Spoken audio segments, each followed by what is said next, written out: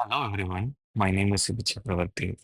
Today I'll be talking about the Radium Girls, a tragic and historic case of occupational hazard and environmental contamination that happened in Orange, New Jersey. The purpose of this presentation is to explore the health and environmental effects of radium exposure on factory workers, mostly young women in the early 20th century. I'll walk you through historical events, analyze key data trends, and show how this tragedy led to major changes in workplace and environmental safety laws. Here is the roadmap for today's presentation. We will start with background story of Radium Girls, follow a timeline of major events, look at data visuals including a map, line graph, bar graph, and a pie chart, and finally review the legal milestones and summary of key lessons. In 1970, the US Radium Corporation opened a factory in Orange, New Jersey.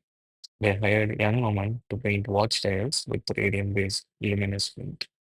At the time, radium was thought to be safe, even healthy. However, workers were instructed to sharpen their brushes using their lips, which led to serious internal exposure. Over time, many of these women suffered from severe illness like jaw necrosis, anemia, and bone cancer. This timeline shows the key milestones. In the early years, symptoms were ignored. By 1925, Dr. Harrison scientifically proved that radium exposure was the cause of the illness. In 1927, five women filed a groundbreaking lawsuit. A settlement was reached in 1928. The site remained contaminated for decades and finally designated as Superfund cleanup site by EPA in 1983. By 2009, major cleanup efforts conclude in Norwich, New Jersey. This map highlights the location of the US Radium Corporation factory in Orange, New Jersey. The site became so contaminated that it posed health risks to the local community long after the factory closed. It took decades for government to address the contamination through federal superfund cleanup efforts.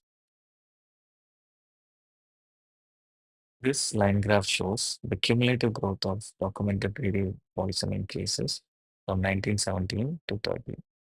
Early on, few cases were recognized, but between 21 to 25, there was a sharp increase as illness became widespread. After 1928, the number of new cases stabilized as public awareness and regulation improved. This paragraph groups the documented cases into three periods. Very few cases occurred between 1917 and 20. The majority happened between 1921 to 25 during the height of radium dial painting operations.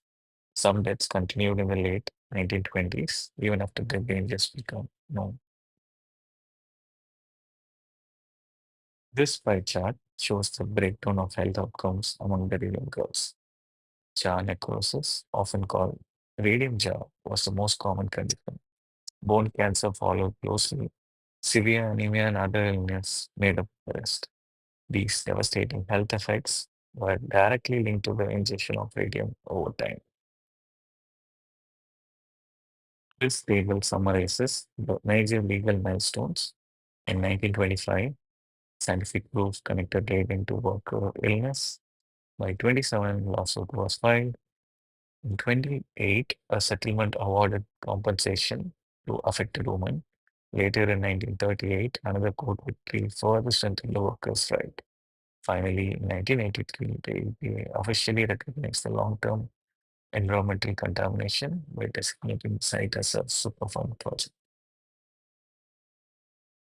In summary, the Radium Girls cases teaches us the industrial innovation without health safeguards can have devastating human and environmental cost.